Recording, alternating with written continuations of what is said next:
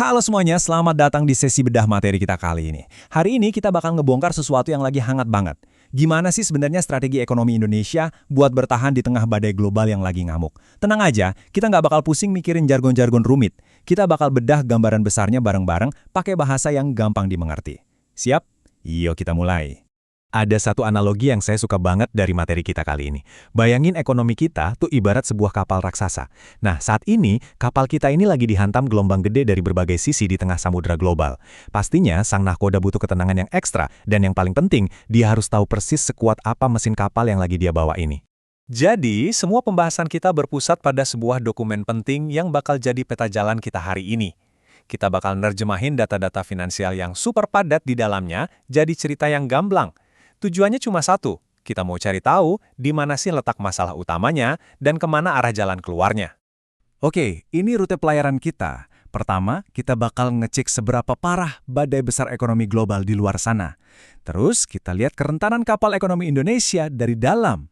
Lanjut ke tekanan luar biasa di ruang mesin fiskal kita. Dan terakhir, kita bahas strategi navigasinya supaya bisa selamat sampai tujuan. Kita masuk ke bagian pertama, badai besar ekonomi global. Seburuk apa sih cuaca makroekonomi yang lagi ngehantam lambung kapal kita sekarang? Coba bayangin angka ini, Rp17.700 per dolar AS. Angka yang bikin deg-degan banget kan? Tapi tunggu dulu, ini bukan sekedar fluktuasi mata uang biasa loh. Ada kekuatan raksasa di balik angka ini yang nggak bisa diselesain cuma dengan ngatur inflasi di dalam negeri aja. Kekuatan raksasa itu salah satunya ada di angka ini. 36 triliun dolar. Gila kan? Itu adalah total utang pemerintah Amerika Serikat. Defisit mereka bengkak luar biasa, tapi suku bunga mereka justru ditahan tinggi. Nah, kombinasi ini otomatis nyedot modal internasional balik ke Amerika sebagai tempat berlindung yang aman.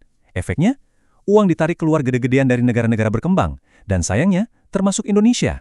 Dan ini tuh benar-benar definisi perfect storm. Selain masalah utang AS tadi, biaya logistik global sekarang melonjak sampai 2 kali lipat gara-gara konflik geopolitik di Timur Tengah dan Laut Merah. Anehnya, krisis ini justru nguntungin Amerika karena mereka jadi pemasok energi alternatif. Di sisi lain, pemain raksasa kayak China malah sengaja ngelemahin mata uang yuan biar produk ekspor mereka makin murah. Jadi, dunia sekarang lagi masuk ke fase di mana keamanan nasional itu jauh lebih diprioritaskan ketimbang efisiensi ekonomi. Oke, cukup soal faktor luarnya. Sekarang di bagian kedua ini, kita ambil kaca pembesar dan periksa lambung kapal domestik kita sendiri. Pertanyaannya, seberapa rentan sih pertahanan kita? Memang, di atas kertas kita tuh kelihatannya jago, punya surplus 31 miliar dolar dari jualan batu bara dan nikel. Tapi, struktur kita tuh aslinya lumayan rapuh. Kenapa? Karena 70% impor nasional kita ternyata dihabisin buat beli bahan baku industri. Kita tuh bergantung banget sama 11 juta ton gandum, 2,5 juta ton kedelai tiap tahunnya, dan parahnya lagi, 70% LPG buat konsumsi dalam negeri juga hasil impor. Ini nih yang namanya kebocoran lambung kapal. Terus, apa hubungannya tumpukan angka impor tadi sama kehidupan kita sehari-hari? Wah, hubungannya erat banget. Pas rupiah melemah terhadap dolar, rasa sakitnya itu langsung kerasa di meja makan kita. Harga tempe, tahu, mie instan, sampai daging ayam potong tiba-tiba pada naik tajam. Kenapa? Ya karena kedelai, gandum, atau pakan ternaknya dibeli pakai dolar yang lagi mahal-mahalnya. Jadi pelemahan rupiah itu cepet banget berubah jadi inflasi real yang langsung kita rasain. Kontrasnya kelihatan banget kalau kita bandingin sama negara tetangga, misalnya Vietnam. Beda sama Vietnam yang punya basis manufaktur super kuat, jadi pas mata uang mereka melemah, mereka malah bisa ngegas ekspor. Nah, Indonesia nggak bisa gitu. Pelemahan rupiah justru bikin biaya produksi di dalam negeri melonjak tajam gara-gara kita sangat bergantung sama bahan baku impor tadi.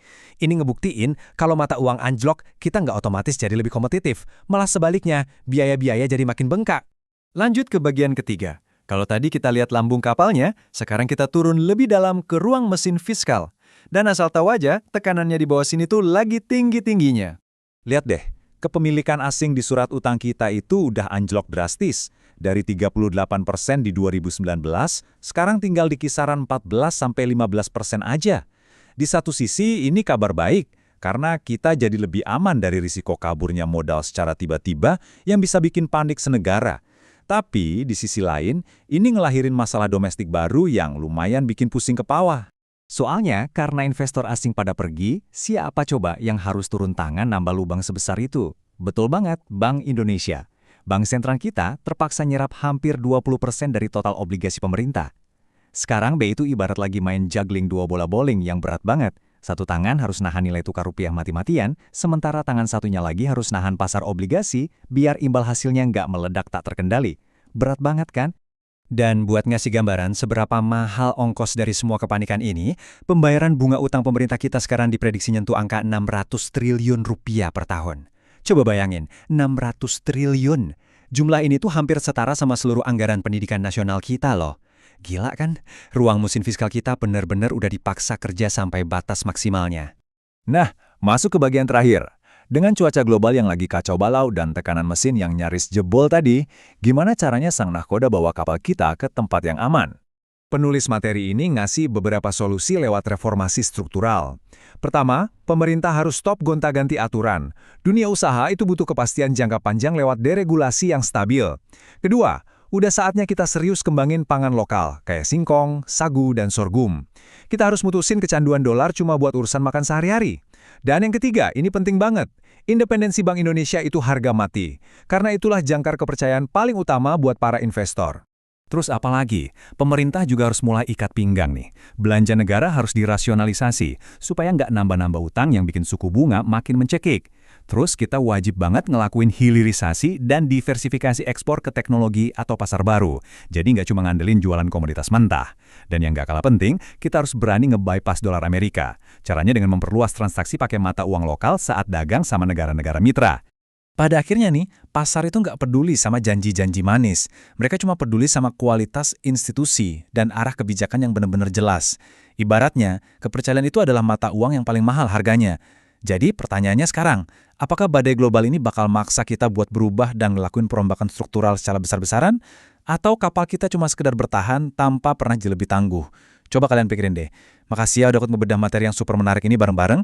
Sampai ketemu di analisis kita selanjutnya.